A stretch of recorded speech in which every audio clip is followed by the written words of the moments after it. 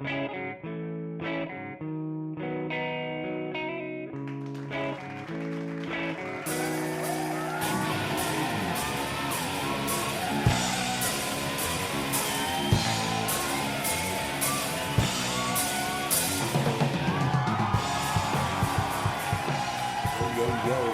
up? You have tuned into a new edition of Moving Forward with Dave. I'm your host, Dave.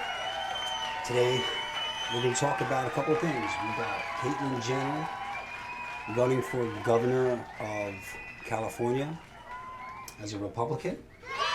We have what is greenwashing? What exactly is it? And why you should know. How these corporations sell you stuff under the preempted thought that they're recycling and they're doing good for the earth. Well, we're going to expose a little bit of that today. And the third thing we're going to talk about today is the power of the word no. How small this word is, but how powerful it can be if you know how to use it. So stick around, and we're going to have some fun. Okay, we all know who Caitlyn Jenner is. Caitlyn Jenner is formerly Bruce Jenner, gold medalist Olympian,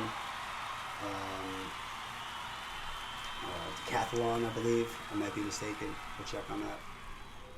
But she's announced that she's running for governor of California, which is the absolute worst shit show. I'm just going to throw it out there in the whole country. Like, it's got to be like the worst. It's far beyond driven. So, you know what? Let's see what happens with this one. Anyway, so she throws her hat in there. This is a little bit old news. I just found this out and I thought it was really cool to talk about. So, she's 71 years old and she's a Republican, which shatters the illusion, in a way, of all gay and transgender have to be Democrat, which they would like you to believe, but that is not a fact. That is not true. I know several that are not part of any faction. Caitlyn Jenner is running for governor of California, which I think California needs help. I don't know if this is a right call or not. I'm not sure, but California needs help because it's absolutely out of control, far beyond driven over there, and people are leaving in droves. Just hope they don't ruin Texas. But anyway, we're going to move on to that Caitlyn Jenner California thing. So this woman's been celebrated by the media. She's been a media darling even before, when she was Olympian. The media celebrated her and, things she's done and all her accomplishments. Now, since she's running as a Republican, she's 71 years old, like I said. You got these activists out here, like Charlotte Premier. Now, these is like the first shots fired. It's really easy to do this, and this is how it opens. You shy her first shot, so this way, you see if anybody's looking, and then everybody gangs up, and it happens like this. But just listen to this quote. Caitlyn Jenner has no real support. I don't care about her candidacy. I do care about in which her asinine views will be weaponized against trans people, and in the ways in which transphobia will go unchecked. This is purely a vanity campaign and incredibly selfish. Now, if you read right through that right there, I'm going to read it right through it for you. That is basically saying, all right, everybody, it's open season. We could say anything we want to say about her. We could do everything we want to do about her. We can even use the word transphobia will go unchecked against one of the most predominant transgender people in the spotlight, probably in the world. That's how pathetic that is. That's absolutely pathetic. They do it to black conservatives. They do it to Hispanic conservatives. They do it to any ethnic group that is any type of conservatives. White conservatives, you're straight up racist. You know how it goes. It's unbelievable, and you need to see this. And I'm so glad that the Republicans have a transgender candidate, just to shatter the illusion of you have to follow the Democratic Party. I mean, me personally, I'm not a Republican. I'm not a Democrat. I'm an American, and I'm part of no faction. So we can get that straight right now. My beliefs a little line up with the right now, so that's what I'm talking about. Maybe in 10 years, the left will come back to its senses and I'll have at least something to look at. But right now, I have nothing to look at over there. That's absolutely garbage. So I'd like you to pay attention to how she's being treated through this by the same media and activists that propped her up. Pay attention to guys like Jon Stewart that was on Stephen Colbert the other night that actually blew up the Wuhan lab theory that we all know what happened. Stephen Colbert I thought he was going to fall out of his chair. He can't believe that Jonathan Stewart, a liberal, would say these things. Well, real liberals that actually love this country are starting to see the truth. The ones that can admit the truth. And that's what we need. We need more of them to actually see, hey man, this isn't right. You know what I mean? And maybe the TDS is kind of wearing off a little bit on some important ones. But watch how they're treated. They're treated it's so quick to call them a slur or tear them down the very second they step out of line. We're going to move on to this greenwashing thing. And what is it and why it's important. I was watching a podcast by one of my favorite guys, Russell Brand. He's an Englishman, comedian, actor. His podcasts are absolutely fabulous. I don't always agree with them, but they're fabulous nonetheless. I love this guy's stuff. And he came up on this one was about greenwashing, and I sat back and I was really into it.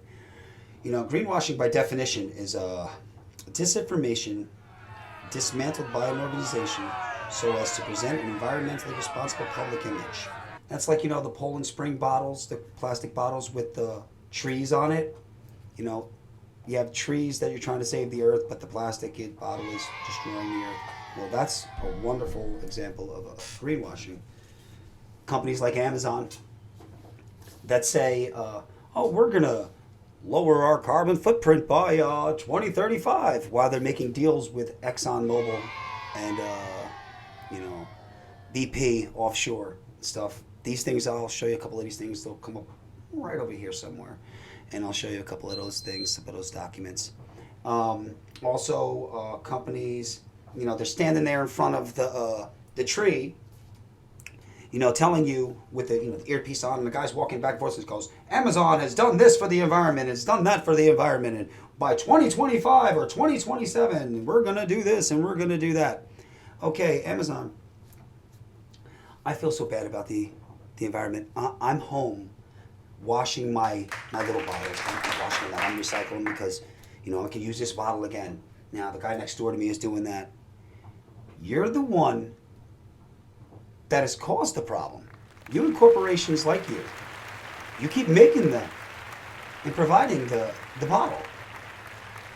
Your whole business is based off of overconsumption. That's your whole business model. You're such full of shit about all of this stuff. Most of these companies, not just Amazon, you're talking Target, you're talking Walmart, you're talking all of these guys. Oh yeah, we're going to save the earth, we're going to do this. If Amazon decided tomorrow, we're not going to use water bottles anymore, that's it, we're done with water bottles. Do you know how many less water bottles are going in the ocean? It's an immediate impact. But we're going to wait till 2035 for that because we care so much about the future. Well, the future's today. You could do that today. You could stop all of this stuff today and make a dramatic, unbelievable impact. But the commerce won't allow you to do it. And your fake activism and the guy, like I said, standing in front of the tree with the little thing, and he's walking around, he's going back and forth, and he uses his hands real well. And he's like, oh, you know, we've done this for the company, and we've done that, and Amazon's going to do this for everybody else. And everybody's looking at the little palm tree. Oh, my God, that's so wonderful. Oh, my God, we're so green. We're going to save the world. While you're, you know, making deals with Exxon for fuel for your cars. You're making all these backdoor deals with companies for more plastics. You provide more plastic than any other single entity on the planet. That is the fact. That is the truth. You provide more plastic to people's homes than any other entity on the planet Earth. That is greenwashing. The next time you see some advertisement or you see some packaging a certain way, or you hear somebody talking about their carbon footprint, like the technology Microsoft is doing and all of this, Apple, we're going to redo this. They're getting people in, running numbers, and they're lying with statistics. And plus, these are all hypothetical journeys to 2035 with no variables in between. It is all a bunch of bullshit to get you to buy their products. People, I implore you, don't fall for this folly. Don't fall for this scam.